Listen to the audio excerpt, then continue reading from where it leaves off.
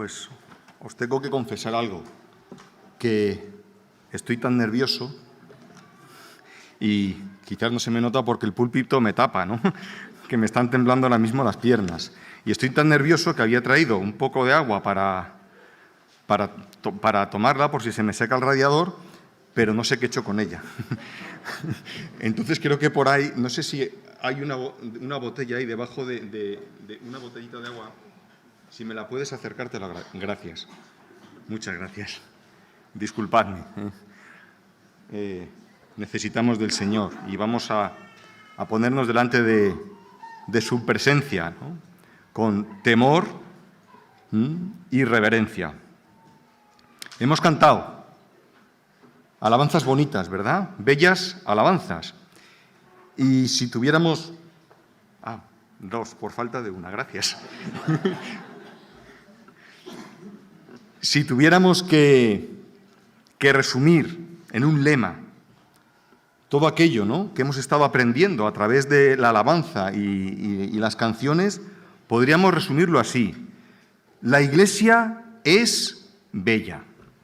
Te lo voy a repetir de nuevo. La Iglesia es bella. Es el cuerpo de los redimidos en Cristo.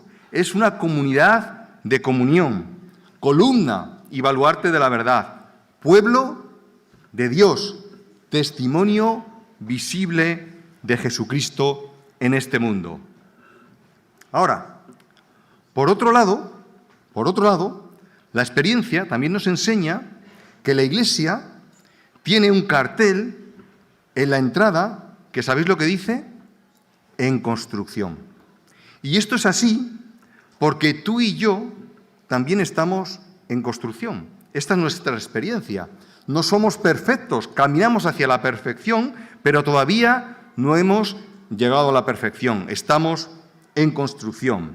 Así que hoy vamos a meditar en lo que es la Iglesia, pero no como algo externo, no como un agente externo, porque la Iglesia eres tú y la Iglesia soy yo, si es que Jesús es nuestro Señor y Salvador. Y vamos a hablar de tres asuntos. Primero, del origen de la Iglesia. En segundo lugar, de las marcas que caracterizan una Iglesia sana, saludable. Y finalmente, vamos a hablar de lo que es la vida de Iglesia. Y para hablar de esto, para hablar de los orígenes, pues vamos al comienzo. Acompañadme al libro de Hechos. Hechos, capítulo 2. Donde se nos narra el comienzo de la Iglesia, el origen de la Iglesia en concreto en la ciudad de Jerusalén. Y no vamos a leer todo el capítulo 2, porque es el discurso de Pedro, pero sí vamos a leer el colofón, junto con algunos versículos más, que son los que dan nacimiento a la Iglesia de Jerusalén. Así que me vais a acompañar a Hechos 2, versículos del 36 al 47. Abre tu Biblia por Hechos 2, del 36 al 47. Dice así: después de que Pedro finaliza su discurso, esta es la conclusión: sepa, pues, ciertísimamente toda la casa de Israel, que a este Jesús a quien vosotros crucificasteis, Dios lo ha hecho Señor y Cristo. Al oír esto, se compungieron de corazón y dijeron a Pedro y a los otros apóstoles: varones hermanos, ¿qué haremos?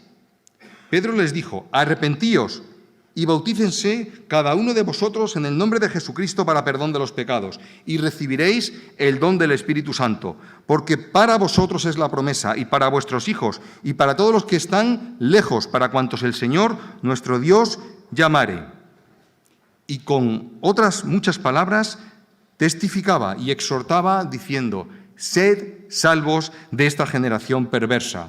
Así que los que recibieron la palabra fueron bautizados y se añadieron aquel día como 3.000 personas. Tremendo, ¿no? No sé dónde los bautizarían. Aquí no tendríamos capacidad, ¿no?, para esta logística.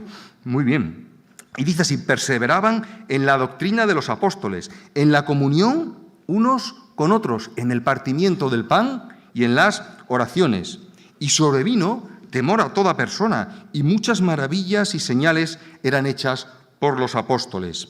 Todos los que habían creído estaban juntos y tenían en común todas las cosas, y vendían sus propiedades y sus bienes y los repartían a todos según la necesidad de cada uno. Y perseverando unánimes cada día en el templo y partiendo el pan en las casas, comían juntos con alegría y sencillez de corazón, alabando a Dios y teniendo favor con todo el pueblo. Y el Señor añadía a su iglesia los que habían de ser salvos.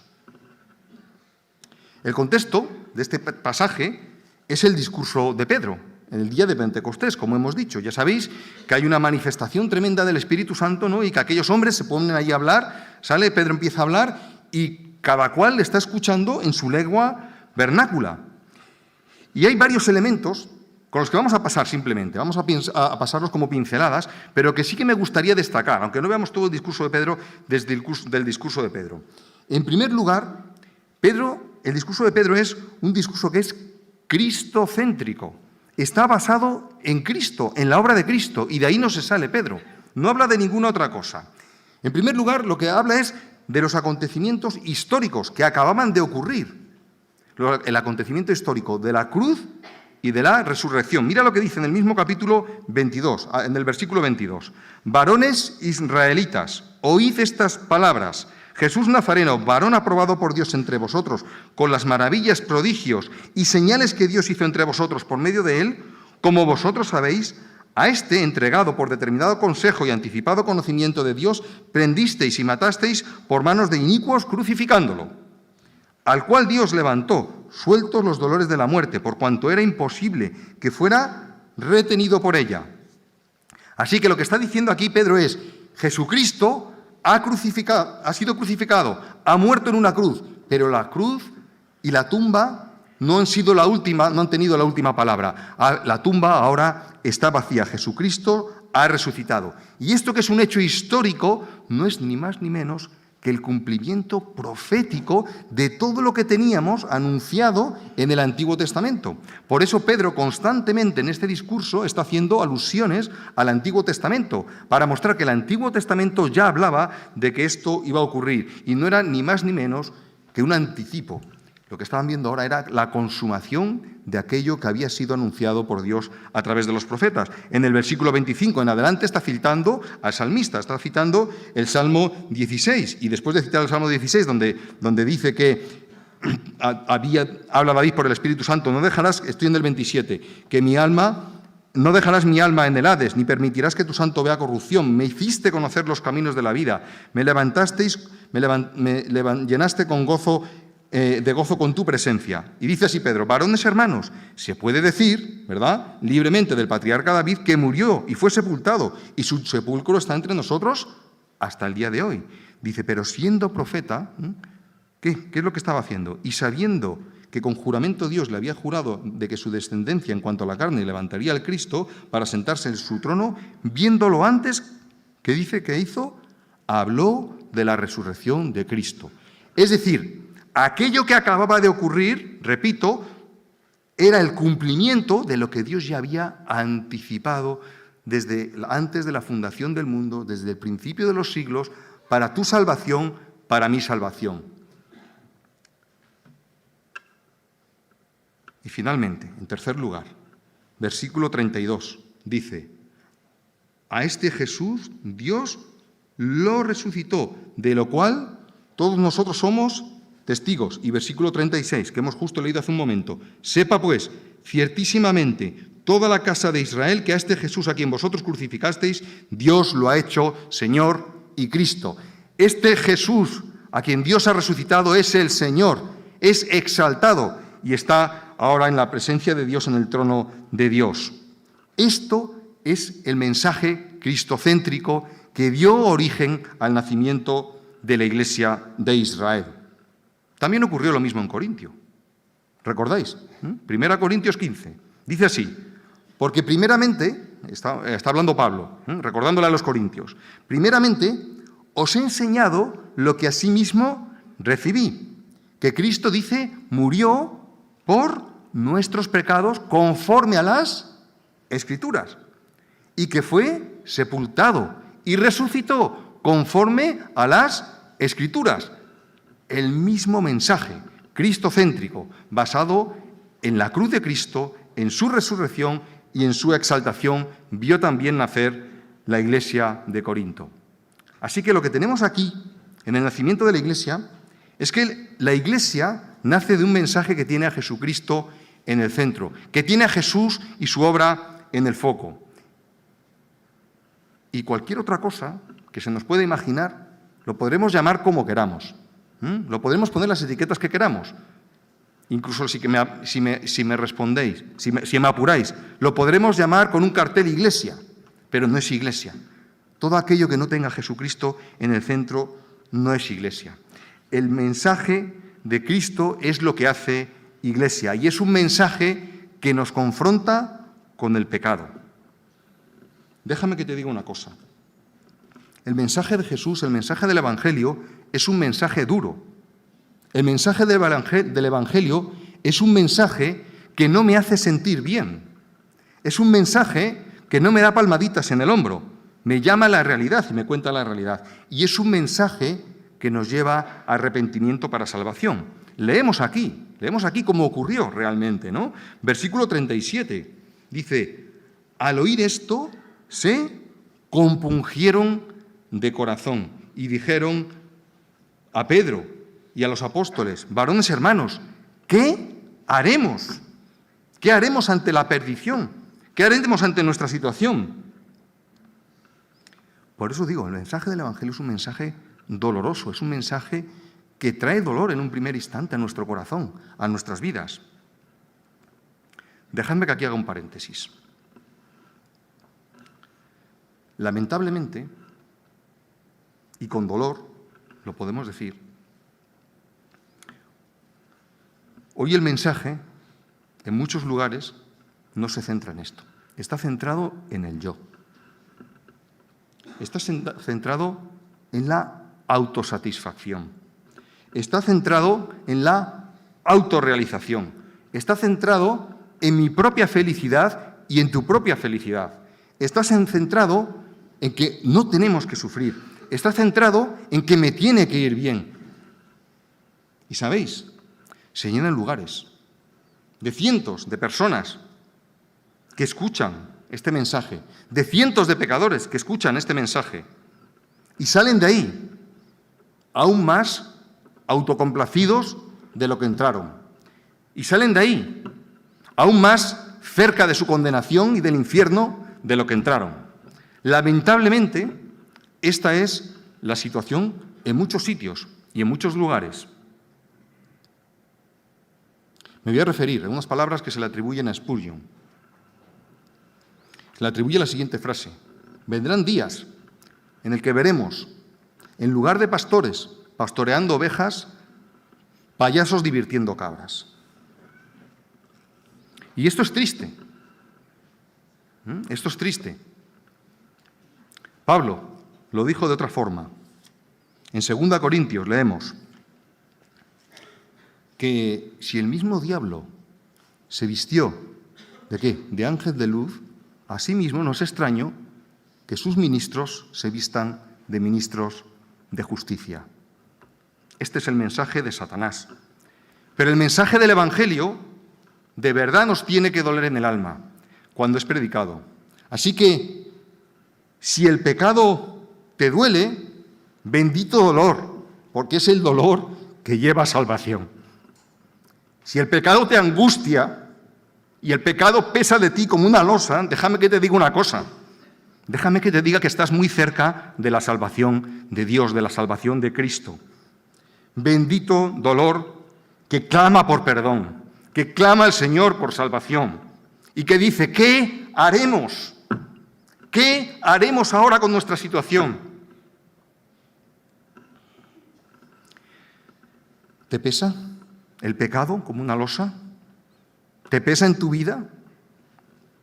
Dios te está llamando. ¿Qué haremos? Leemos en el texto, lo hemos leído: arrepentíos y bautícese cada uno de vosotros en el nombre de Jesucristo para perdón de pecados. Hay solución. De ese dolor, Dios no te deja ahí. Hay solución. hay perdón de pecados, puedes confesar a Jesucristo como tu Señor, como el Salvador de tu vida, y Él está anhelando acercarse a ti, perdonar tus pecados y cargar con la losa que te pesa a ti del pecado. Y así surgió la Iglesia, así surgió. Y hoy el mensaje es igualmente de vigente que lo fue hace más de 2000 años, porque dice así, porque para vosotros, versículo 39, es la promesa, y para vuestros hijos, y para todos los que están lejos, para cuantos el Señor nuestro Dios llamase. Y con otras muchas palabras testificaba y les exhortaba diciendo, sed salvos de esta generación perversa. Hay oportunidad hoy de salvación. En este mundo perverso de maldad y de pecado, la exhortación es la misma. Puedes ser salvo de esta generación perversa. Y dice que ese día, que todos los que recibieron la palabra fueron bautizados y se añadieron aquel día a la iglesia como 3000 personas. En resumen, ¿de dónde surge la iglesia? ¿Cómo nace? Nace de un mensaje que está basado en Cristo y la predicación de solamente la exaltación del nombre de Cristo. Y la forman quienes responden a ese mensaje. Y déjame que te diga una cosa, si hoy estás aquí y no has respondido a este mensaje, la inacción también es una respuesta. Permaneces en tus pecados y hay condenación para ti. Pero quienes responden a este mensaje en arrepentimiento, clamando al Señor por perdón y entregando y confiando su vida a Jesucristo como su único Señor y Salvador, entran a formar parte de la Iglesia. Y eso es el bautismo. El bautismo no es ni más ni menos que entras a formar parte de la comunidad de la fe. Y esto solamente es el comienzo, ¿verdad? Esto solamente es el comienzo. Porque después de este inicio, ¿qué es lo que nos dice? Que la Iglesia perseveraba. Perseveraba. En 4 cosas, 4 marcas de perseverancia. En primer lugar, ¿qué es la palabra perseverar? ¿Qué quiere decir perseverar? Es mantenerse, ¿no? Constante y firme en algo que uno ha comenzado. Luego, necesariamente, la Iglesia de Cristo perseverará. Y la Iglesia saludable perseverará en 4 cosas. Dice el versículo 42. La doctrina de los apóstoles, la comunión unos con otros, el partimiento del pan y en las oraciones. La doctrina de los apóstoles se refiere a la enseñanza de los apóstoles, la enseñanza que aquellos hombres habían recibido del mismo Señor Jesucristo, una enseñanza de nuevo cristocéntrica. Y esto lo vemos en Efesios. Hemos comenzado el culto leyendo Efesios 2. Vamos a volver a Efesios 2. En el versículo 19 nos leían así, Efesios 2, 19. Así que ya no sois extranjeros ni advenedizos, sino conciudadanos de los santos y miembros de la familia de Dios. Somos una familia, una vez que hemos entrado en la comunión con Cristo, somos familia en Cristo. ¿Y qué dice a continuación? Edificados sobre el fundamento de los apóstoles y los profetas, siendo la principal piedra del ángulo Jesucristo mismo, en quien todo el edificio, bien coordinado, va creciendo para ser un templo santo en el Señor. Así que cuando estamos siendo enseñados en eso que los apóstoles enseñaron y ha quedado reflejado aquí en la enseñanza del Nuevo Testamento, estamos creciendo en el Señor. Cuando estamos perseverando en eso, estamos creciendo en el Señor. Primera marca, perseverar en la enseñanza de la Biblia, en la enseñanza de la palabra, en lo que los apóstoles y el Señor Jesús nos dejó para nosotros, buscando crecer en santidad a través de la exhortación y la enseñanza de la palabra. Una enseñanza que es autoridad moral para nuestras vidas. Ya no podemos hacer lo que nosotros queremos. Tenemos que hacer lo que la Biblia nos indica que debemos hacer, porque pertenecemos a otro, pertenecemos a nuestro Señor Jesús. Primera marca, doctrina de los apóstoles, enseñanza de los apóstoles. Segunda marca, ¿qué dice? Comunión unos con otros. ¿Qué es la comunión unos con otros? Pues si somos una familia, como acabamos de leer, pues es la manifestación visible de esos lazos que nos unen. O de ese lazo, mejor dicho, que nos une, que es la obra de Jesucristo. Y esto se muestra en nuestras relaciones en nuestras conversaciones. Quiero decirte una cosa. Esto no lo debemos confundir con amistad. Y no estoy en contra de la amistad, ¿eh? Hay que ser amigos y hay que hacer amigos, ¿vale? Pero esto no lo debemos confundir con la amistad, porque yo tengo muy buenos amigos, muy buenos, no creyentes, con quienes desgraciadamente no puedo disfrutar de esta comunión, no puedo hacerlo. Comunión es algo todavía mucho más profundo que amistad. Es algo que va mucho más al corazón que una amistad, ¿no?, que puedas tener con alguien. Yo realmente, honestamente, yo no sé explicar, ¿no?, lo que es comunión. No lo sé describir. No soy capaz de describirlo con palabras. Pero sí, realmente puedo hablar de mi experiencia en la comunión. Así que hoy te voy a contar mi experiencia personal en cuanto a la comunión.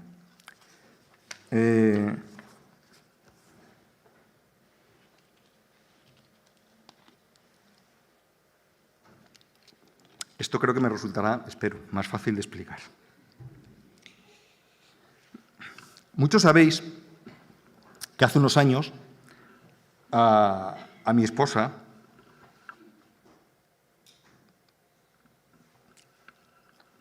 le detectaron un cáncer.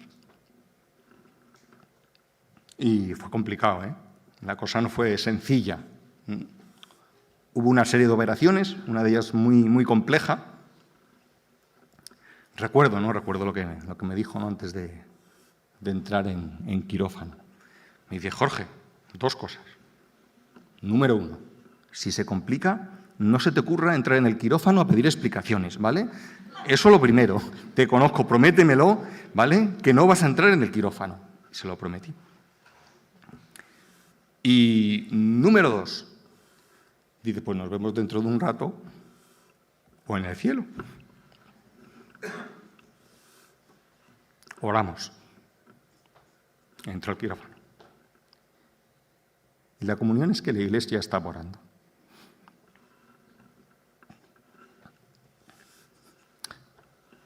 La comunión es que la Iglesia estaba bendiciendo aquello. La comunión de nuestro grupo de crecimiento se plasmó en el cuidado práctico, en la oración, en las muestras de cariño, en el cuidado constante. Y la verdad que yo no quiero ni por asomo volver a pasar por una experiencia así. Pero he de reconocer delante del Señor que si aquella experiencia fue enriquecedora, fue precisamente, ¿no?, por ver la comunión de la Iglesia y la comunión tan cercana de mis hermanos en nuestro grupo de crecimiento, unidos en Cristo.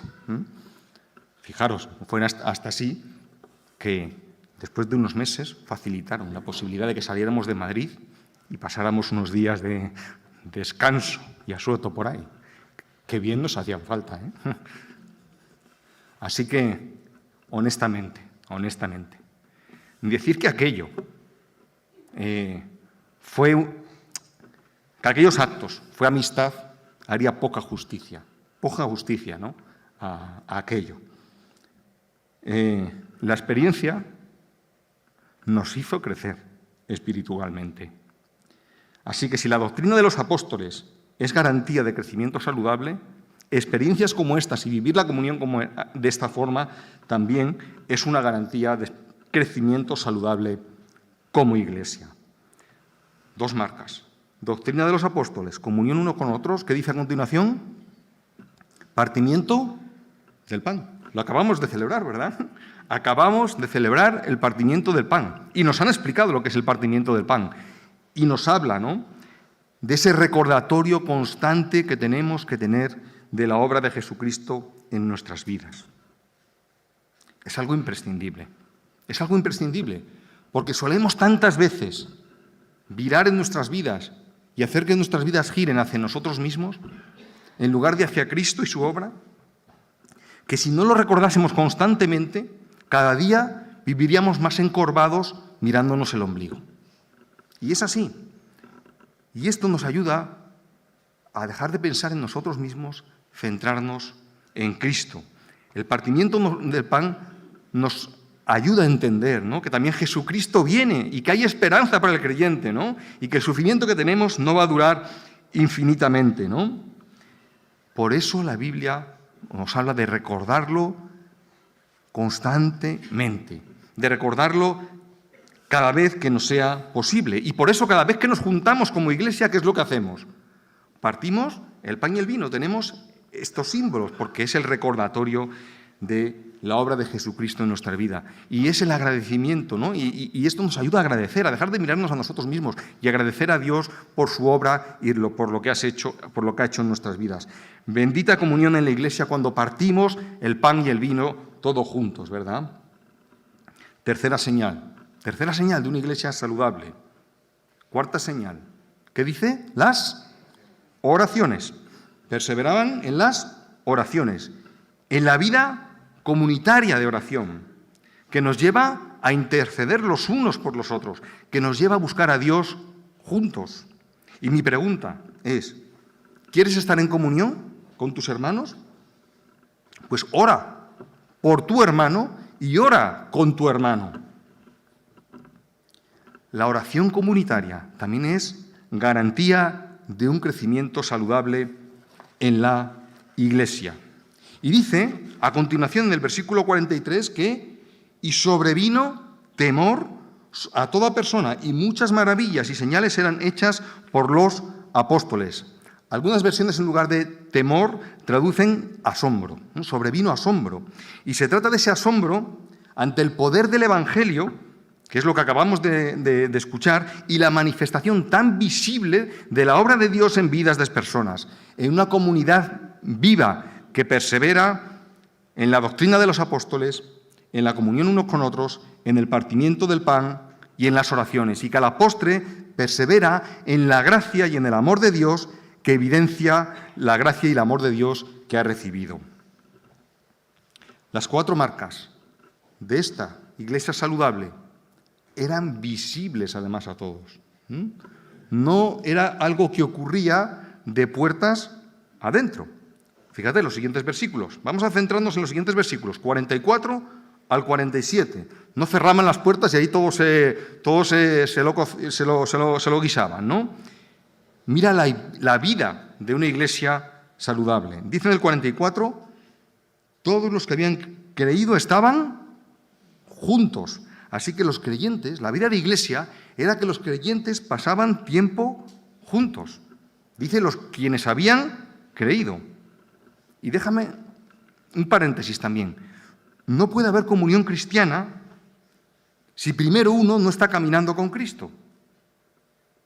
Te podrá gustar, podrás sentirte bien, en el mejor de los casos, ¿no? Podrás simpatizar, también en el mejor de los casos. Pero no puedes caminar con la Iglesia de Cristo y tener comunión con la Iglesia de Cristo, comunión cristiana, si primero no estás caminando con Cristo. Ahora, si caminas con Cristo, necesariamente buscarás la comunión con el cuerpo de Cristo. Necesariamente buscarás pasar tiempo juntos. Es así, es la enseñanza bíblica. Y si no lo estás haciendo, algo anda mal en tu vida. Si no lo estoy haciendo, algo anda mal en mi vida. No entiendo, de verdad, esos creyentes. Alguna vez he preguntado a alguno, oye, ¿qué tal vas? Porque hace 3 meses que no vienes a la iglesia. Bueno, tal, no sé qué, no sé cuántos. ¿Cómo estás con el Señor? Con el Señor muy bien, con la iglesia muy mal. No es posible eso. Si tú con el Señor estás muy bien, necesariamente querrás pasar tiempo con tus hermanos. Querrás tener más comunión con el cuerpo de Cristo. ¿Buscamos pasar tiempo juntos para ser bendecidos y ser de bendición? ¿Es parte eso de nuestra vida? Mira lo que dice a continuación. Tenían en común todas las cosas, ¿verdad? Versículo 45, ¿qué hacían? Vendían sus propiedades y sus bienes y los repartían a todos según la necesidad de cada uno. Tremendo, ¿no? Cada cual voluntariamente ponía sus recursos a disposición de otros que estaban más desfavorecidos y que estaban sufriendo. Y había una idea, aquí, un principio, y es que nadie en el cuerpo de Cristo pasará hambre, pasará necesidad. Y había además un orden en todo ese reparto, como hemos leído, ¿no? Ahora, hay algunos que han dicho por ahí, ¿no? He leído alguna cosa y alguna cuestión, algo que se ha comentado sobre este texto, que la Iglesia es el inicio del marxismo, ¿no? O algo así, ¿no? He leído en alguna ocasión, ¿no? Que aquí están los primeros marxistas de la historia, ¿no? Pues no, yo aquí no veo, ¿no? Aquí no veo que en esta comunidad quedara pues abolida, ¿no? O limitada la propiedad privada, ¿no? Porque cada cual tenía sus propiedades y ocurre algo que es aquí milagroso. Fíjate lo que está ocurriendo aquí. Que no hay una obligación, ¿no? De que tú vayas, ¿no? Y pongas tus bienes, ¿no? No es una obligación o algo confiscatorio, ¿no? O algo que tenemos que crear, ¿no? Sino que cada cual voluntariamente lo hacía. ¡Qué milagro! Eso es un milagro. Se trata del milagro de renunciar voluntariamente a lo que es mío, a mi propiedad, ¿no? ¿Para qué? Para bendecir a otros, para cubrir la necesidad de otro que está sufriendo, que está desfavorecido y que no tiene que comer. Y esto habla del amor de la Iglesia. Y esto era manifiesto a todos, ¿no?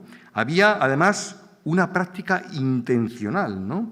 De mantener esa comunión y de mantener esos vínculos de amor. Porque dicen el 46 de nuevo que perseverando, es decir, siendo constantes, unánimes, cada día, ¿dónde? En el templo, y partiendo el pan en las casas, comían juntos con alegría y sencillez de corazón.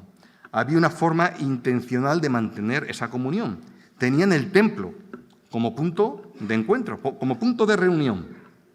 Y también, claro, yo me imagino que ahí en el templo, un sitio grande, en el patio del templo, pues claro, si se convirtieron en 3.000, pues cabría muchas personas allí, ¿no? No sé las dimensiones que podría tener aquello, pero allí cabía gente, ¿no? Pero después también dice que ¿qué? Dice, ¿y cada día dónde? Dice, primero en el templo, y después que dice, cada día en las casas. En una casa no caben 3.000 personas, ¿no? Entonces, hemos de entender que estos eran reuniones más familiares, no sé cómo llamarlo, ¿no? Más chiquitas, ¿no? Con grupos más reducidos, en los que pasar tiempo juntos, en los que orar unos por los otros, en los que compartir la vida. Y esos eran las casas, Y la expresión cada día es indicativa de que era una práctica cotidiana para el creyente y que esto es una práctica cotidiana para el creyente en una iglesia saludable, en la iglesia naciente. Y finalmente, esta vida de alabanza, ¿no? Esta vida de adoración, esta vida de comunión, era notoria. Y yo creo que aquí, cuando Lucas escribe esto, quiere dejar bien claro, ¿no? Que esto no se hacía en secreto, que esto era algo bien público, bien notorio, porque dice, teniendo favor con todo el pueblo. Es decir, cualquiera podía disfrutar de esto y contemplar esto que estaba pasando. Y el Señor, que dice, añadía cada día a la iglesia los que habían de ser salvos. Había allí un testimonio comunitario, un testimonio visible, que sin palabras hablaba alto y claro del amor de Cristo y de la comunión del cuerpo de Cristo. Mira, te voy a contar una anécdota. Es anecdótico, ¿no? Es anecdótico, pero a mí me hizo pensar mucho. Cuando tuvimos la pandemia, recordad que pasamos situaciones muy difíciles, ¿no? Como iglesia, ¿no? Y todos os acordaréis, ¿no? de lo difícil, ¿no? que resultaban aquí las cosas, ¿no? Cuando acabó la pandemia, después del tiempo ya se podía ir a cenar a los restaurantes y ya se podía quedar con la gente, quedé con un buen amigo, que es no creyente. Hacía tiempo que, claro, no lo podía ver ni podía estar con él, pues nos teníamos que poner al día, ¿no? Después de tanto tiempo. Y claro, conversando con él, los dos coincidíamos en una cosa, y es que la pandemia realmente nos había afectado a todos, ¿no? A mí me afectó, ¿no? Y yo le compartía cómo me había afectado, ¿no? Él me compartía cómo le había afectado a él, ¿no? Y de repente me dijo una cosa que a mí después me hizo mucho que pensar. Dice, bueno, Jorge, a ti te ha afectado mucho, pero es que tú tienes tu iglesia. Y yo, en ese momento os confieso que no le di mucha importancia al comentario, ¿no? Pero después de tiempo, pensando en aquello, ¿no? Claro, pensé, y sabiendo su trasfondo, ¿no? Porque él siempre dice, no, yo soy ateo, yo no quiero saber nada de lo que vosotros pensáis, ¿no? Pero hay una cosa que era visible para él, ¿no? Tal vez él no quiera saber nada de Cristo, ¿no? Pero lo visible era la comunión del cuerpo de Cristo, aún en un periodo tan complicado como era la pandemia, ¿no? Ya le dije, bueno, puede ser la tuya también, ¿no? Ya sabes qué tienes que hacer.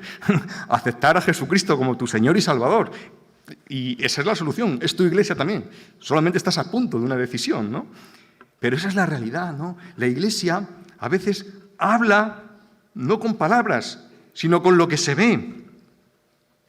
Y todo esto es el fundamento del crecimiento sano de la iglesia y de nuestro testimonio visible a este mundo, del testimonio de Cristo a un mundo que se pierde, muerto por el pecado. Y esto es el fundamento de la misión de la iglesia, de una iglesia misionera. Forma parte del plan de Dios para alcanzar a otros, porque leemos que el Señor añadía a su iglesia los que habían de ser salvos. Cuando la iglesia vive así, la iglesia es sana y Dios bendice con salvación. Desde entonces, cada día, muchos se han sumado a lo largo de los años, a lo largo de los siglos, se han sumado, se han añadido a la iglesia, han reconocido al Señor Jesucristo como su único Señor y Salvador, han disfrutado de la comunión. Muchos, cientos, miles, millones ya están con nuestro Señor, como lo estaremos nosotros en algún momento. Y hasta aquí hemos llegado. Y hasta aquí hemos llegado. Hoy no tenemos templo, ¿verdad? Como el de Jerusalén, donde podemos meter a 3.000 personas, ¿no? Tal vez no sea posible, ¿no?, acudir, ¿no?, al templo cada día, a ese lugar de encuentro cada día. Tal vez no nos sea posible pasar cada día juntos en las casas. Esto lo entendí muy bien, yo vengo de un sitio pequeño, y ahí sí que era muy factible eso, ¿no?, pasar tiempo juntos, ¿no? Pero esto lo entendí cuando llegué a Madrid, ¿no?, que no es tan fácil, ¿no? No es tan fácil eso, ¿no? No es algo tan trivial, ¿no? En grandes urbes esto es difícil. Ahora, lo que valía entonces sigue siendo válido hoy en día.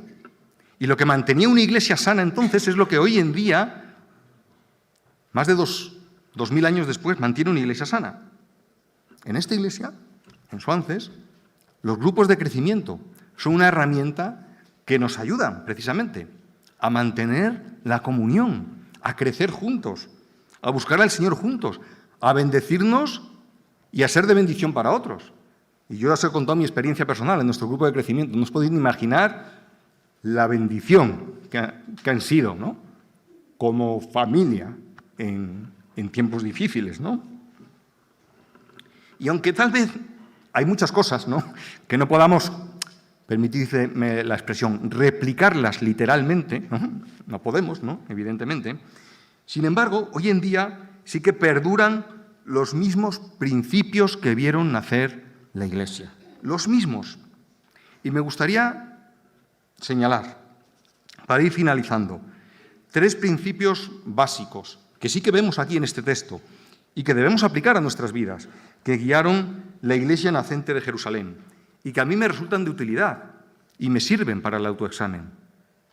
Espero que también te sirvan a ti. Primer principio. Necesitamos pasar tiempo con Cristo para que mi vida sea cristocéntrica.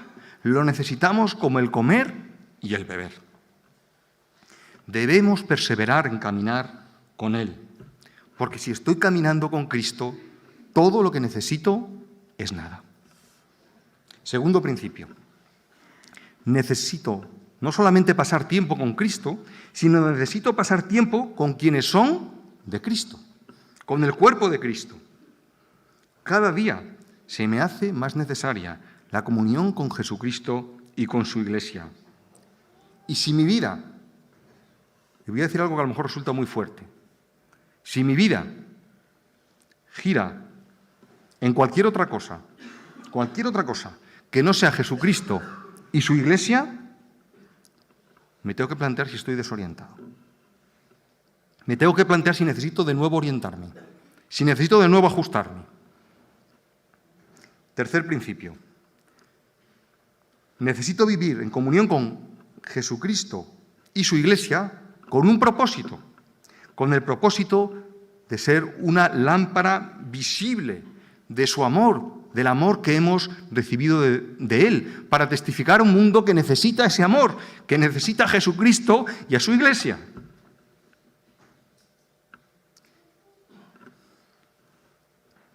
Que el mensaje que tenemos, queridos hermanos, hable alto, a través de vidas que honran a Cristo y que manifiestan su carácter. Que mi mensaje, o mejor dicho, que mi vida hable más alto que el mensaje. Que mi vida hable sin palabras, en casa, en mi trabajo, en el lugar de estudios, allí donde quiera que estemos. Y si esto no ocurre, he de venir de nuevo a Cristo para que Jesús y la cruz sea el lugar donde encuentro restauración, poniendo de nuevo a Cristo en el centro. Hemos dicho al comienzo, la Iglesia no es un agente externo. La Iglesia eres tú y la Iglesia soy yo.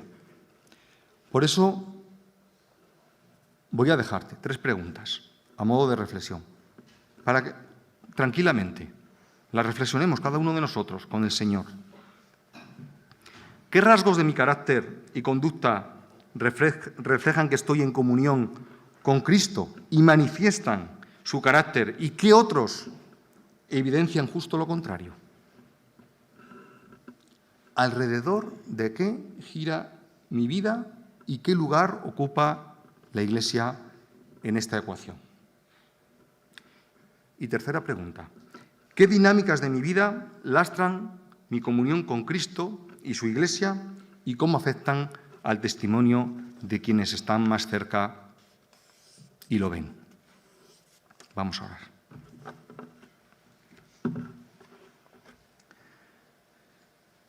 Señor, delante de ti venimos y delante de tu palabra, Señor, no tenemos más que decirnos que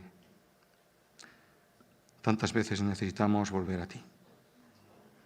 Necesitamos ser reconducidos por esa cruz y esa tumba vacía. Tantas veces, Señor, tenemos que confesar que no apreciamos tu Iglesia. Pero te damos las gracias, Señor, porque como hemos cantado, tú la edificas, tú la restauras, tú la estableces con paciencia, Señor. Gracias por tu paciencia con nosotros.